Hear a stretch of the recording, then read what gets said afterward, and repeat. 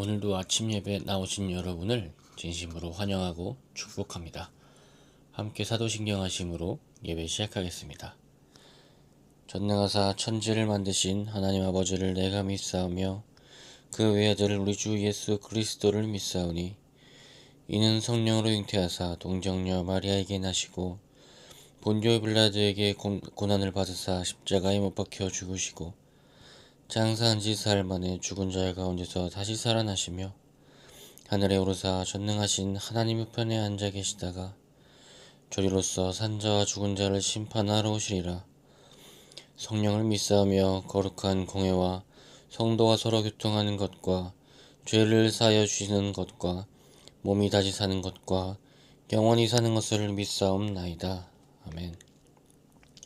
오늘 함께 읽을 말씀은 시편 95편 6에서 9절입니다. 말씀 읽겠습니다. 오라 우리가 굽혀 경배하며 우리를 지으신 여호와 앞에 무릎을 꿇자. 그는 우리의 하나님이시요 우리는 그가 기르시는 백성이며 그의 손이 돌보시는 양이기 때문이라. 너희가 오늘 그의 음성을 듣거든 너희는 무리바에서와 같이 또 광야에서 마사에서 지냈던 날과 같이 너희 마음을 완악하게 하지 말지어다. 그때에 너희 조상들이 내가 행한 일을 보고서도 나를 시험하고 조사하였도다. 아멘. 이스라엘 백성에게 가장 충격적인 교훈이 하나 있었다면 그것은 모세와 출애굽 1세대가 하나님이 예비하신 적과 꿀이 흐르는 땅에 들어가지 못한 일이었을 겁니다.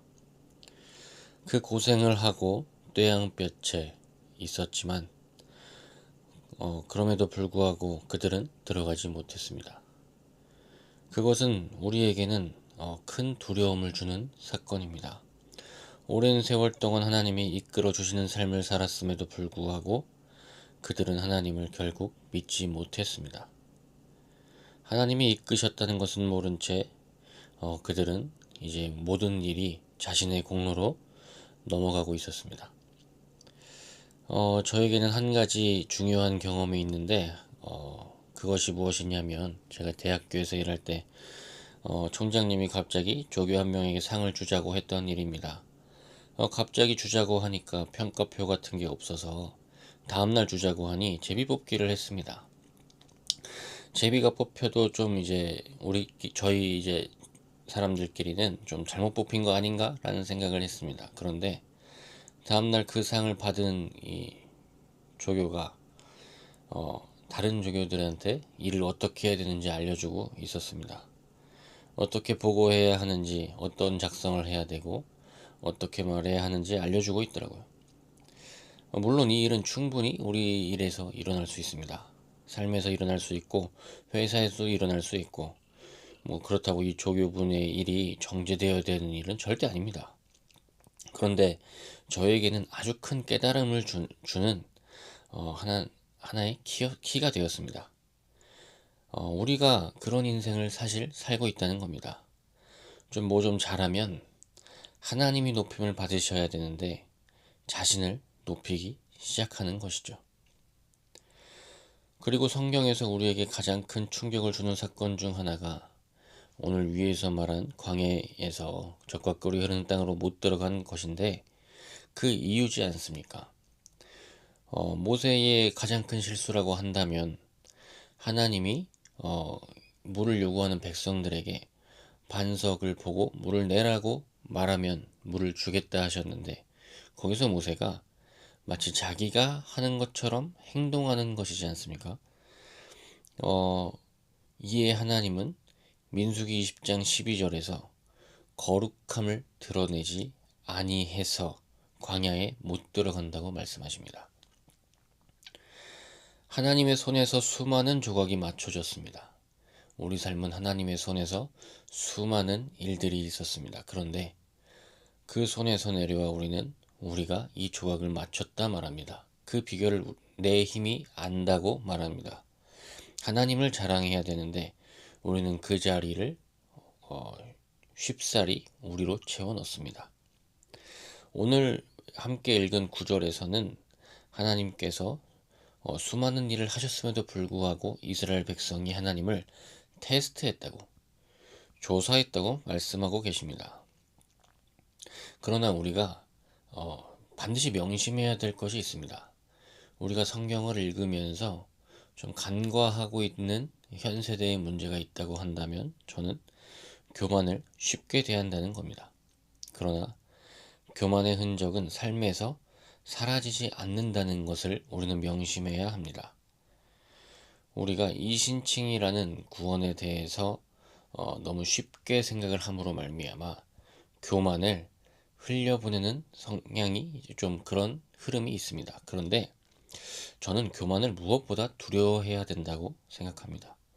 성경은 어디에서도 교만에 대해서 무르게 말한 부분이 없습니다. 잠언 29장 23절에서는 교만하면 낮아지게 되겠다고 말씀하시고, 베드로전서 5장 5절에서는 겸손으로 허리를 동이라 하나님은 교만한 자를 대적하신다고 말씀하시고, 야고보서 4장 6절은 교만한 자를 물리치신다고 말씀하고 계십니다. 반면에 겸손에 대해서도 무르게 말씀하신 적이 없습니다. 위에 말씀드린 말씀의 앞뒤에는 이런 말씀들이 있습니다. 더욱 큰 은혜를 주시나니 겸손한 자에게 은혜를 주신다 하였느니라. 겸손한 자에게는 지혜가 있느니라. 겸손하면 영예를 얻으리라. 하나님은 겸손한 자에게 평생에 걸쳐 상을 주십니다. 그런데 교만한 자에게는 오랜 기간에 걸쳐서 벌을 주십니다. 오늘 그 시편 95편의 마지막 구절에는 이런 말씀이 있습니다. 내가 노하여 맹세하기를 그들은 내 안식에 들어오지 못하리라. 하나님은 교만한 자들을 쉬지 못하게 하시고 안식하지 못하게 하십니다. 반면에 우리는 겸손한 자들에게는 영영이 안식을 주시고 은혜를 주시고 지혜를 주시며 또한 영예도 얻게 하십니다. 오늘의 삶을 겸손함으로 살아내시기를 축복합니다. 기도하겠습니다. 하나님 감사합니다. 하나님께서 이 땅에 오신 그 사건을 우리는 하나님께서 겸손의 왕이 되었다고 표현합니다. 하나님께서는 모든 것을 지으시고 계획하시고 우리에게 수많은 은혜를 주시고 겸손을 택하셨습니다. 그러나 우리는 하나님의 영예를 우리가 취하려고 하고 교만을 택할 때가 있습니다.